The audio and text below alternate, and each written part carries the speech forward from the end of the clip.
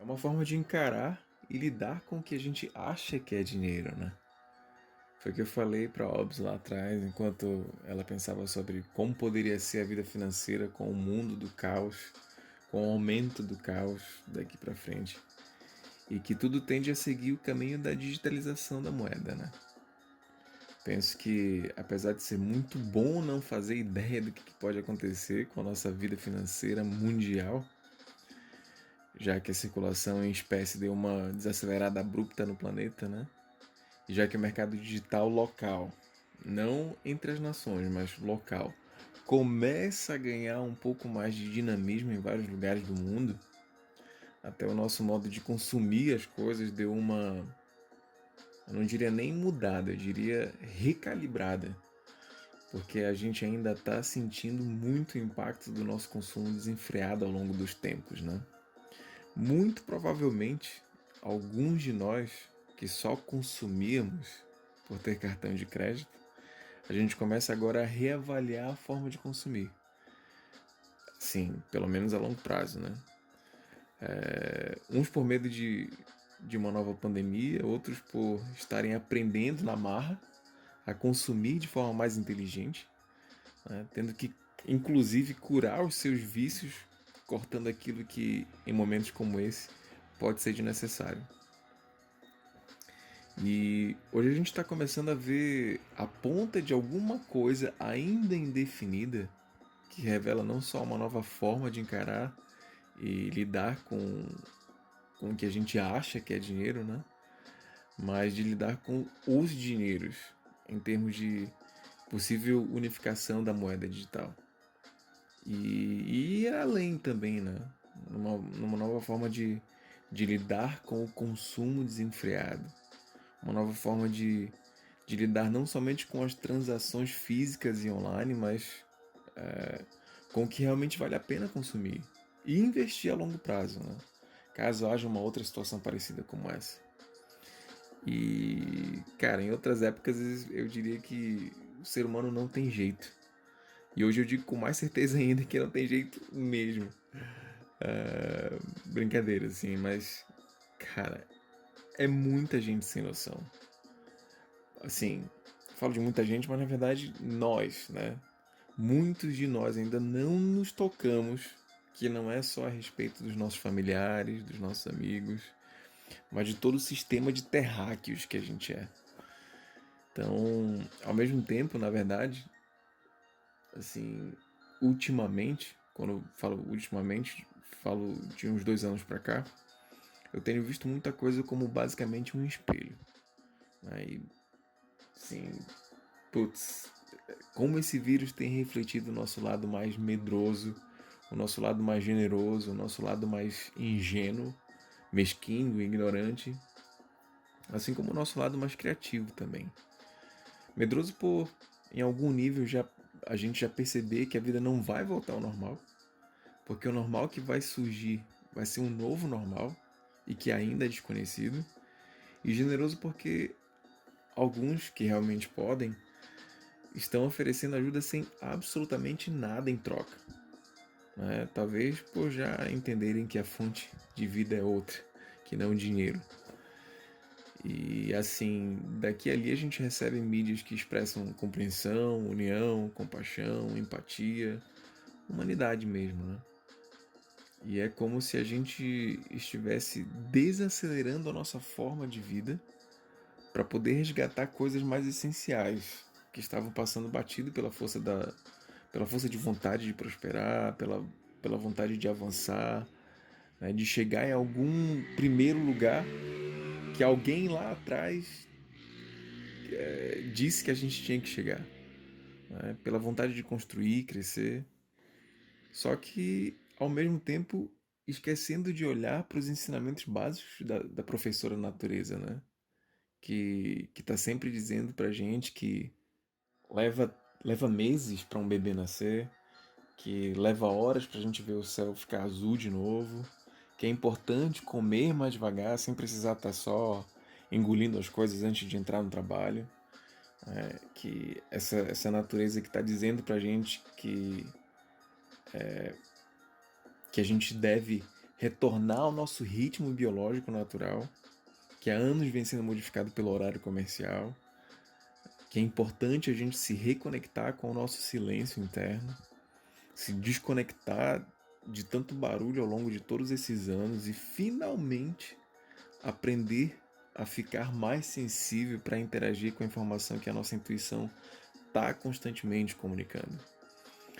Enfim, hoje entendo que grana pode ser um desses espelhos tortos que distorcem a nossa imagem da gente mesmo, né? Tanto para uma imagem boa quanto para uma imagem melhor. E que, consequentemente, distorcem a forma como a gente enxerga o outro. Porque quantas decepções a gente tem com o outro por fazer uma imagem dele e quando ele faz alguma coisa fora dessa imagem que a gente criou, a gente se decepciona. No fundo, em boa parte das situações, pode não ser o outro que decepciona a gente. A gente é que se decepciona com a gente mesmo por distorcer a imagem do outro. Para mim, grana tem esse poder de distorção. E não só de distorção, né? De distração também. Distração do que a gente realmente está. Não do que a gente é, mas do que a gente está. Já que a gente está só de passagem, né? E que é dinâmico e que, enfim, tem começo e tem fim. Quando a gente não tem uma relação saudável com o dinheiro, principalmente se a gente não dedica tempo para encarar os nossos medos e as nossas raivas, se a gente não dedica tempo para questionar o nosso desequilíbrio e, de alguma forma, focar no que traz equilíbrio, no sentido de compreender o que a gente está fazendo com o que a nossa mente está pensando, né? Como a gente comentou no vídeo anterior sobre frequências, a gente acaba refletindo um eu que é parcial, que não é inteiro. Da mesma forma que a falta de grana pode ser também um outro espelho que distorce a nossa imagem, tanto para ruim quanto para pior. Ou seja, a forma como a gente lida com grana pode não somente acentuar nossas qualidades, como também pode distorcer ainda mais a nossa relação com a gente mesmo. E óbvio, de tabela, distorcer a nossa relação com quem a gente ama, ou com quem a gente acha que odeia, né? E quando a gente está nessa vibe incongruente de autodistorção, sem nem se tocar que está agindo assim, a gente faz merda.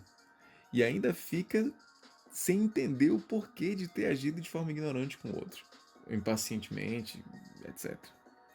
E em termos de consumo, uma das coisas que a gente pode afirmar é que quem já tinha um bom planejamento financeiro está tendo mais facilidade de lidar com o caos desse momento. Pelo menos mais facilidade comparado àquele que nunca nem sequer teve um planejamento, né? E quando falo de planejamento, não estou nem falando de poupança. Estou falando de educação mental, educação emocional para lidar com a necessidade do consumo. Seja o consumo do luxo, seja o consumo terapêutico, do consumo de reservas, né? Qualquer coisa que a gente consuma, mas que na verdade em algum nível, no final, consome a gente, silenciosamente. Percebo que a gente, enquanto humanidade, está colhendo o que plantou coletivamente. Independente de quem votou em quem, de quem se converteu não sei para quem, de quem roubou não sei quem, de quem ajudou, de quem matou, de quem salvou. Em termos sistêmicos, pelo menos até onde eu alcanço, agora, com esse episódio do corona, é que esse vírus, independente de ter sido criado em laboratório ou não, ele tem espelhado detalhes importantes da gente. E são detalhes que não alteram o fato de que a gente, consequentemente, já está colhendo aquilo que as nossas avós, bisavós, governantes, escravas, índias, negras, brancas e tantos outros que lá atrás plantaram e que num lento efeito dominó está trazendo para a gente. E está trazendo para a gente a conta de um resultado final que todos pagam. E é aquilo que diz em relação ao poder também, né? Quer conhecer um homem, dê poder a ele. Mas aparentemente, se você quer conhecer ainda mais o ser humano, você tira o poder dele. E é aquilo, né? Talvez, para a gente se conhecer melhor, é importante que a gente se exponha ao descontrole e se observe. E na prática, em algum nível, a gente já sabe o que fazer com isso. Por exemplo, entrar em contato. Para alguns de nós, uma das formas de encontrar equilíbrio é entrando em contato com o desequilíbrio, questionando nossos medos, nossas raivas, reconhecendo o que incomoda a gente, desabafando sobre o que emputece a gente, se permitindo escutar as reclamações que os outros têm sobre a gente, sem levar para o lado pessoal. Ao mesmo tempo, isso também não significa que a gente tenha que acatar o que os outros sugerem, porque no final das contas eles não veem nem ouvem o mundo com a nossa forma de acreditar nas coisas e nas pessoas ao nosso redor. E nem muito menos significa que a gente tenha que fazer o contrário do que eles opinam, mas que a gente entre em contato com aquilo que deixa a gente com o coração mais em paz e que procure focar nas novas atitudes que trazem equilíbrio. Esse é um processo que exige autopaciência, que pode levar um tempo para alguns, mas que é possível.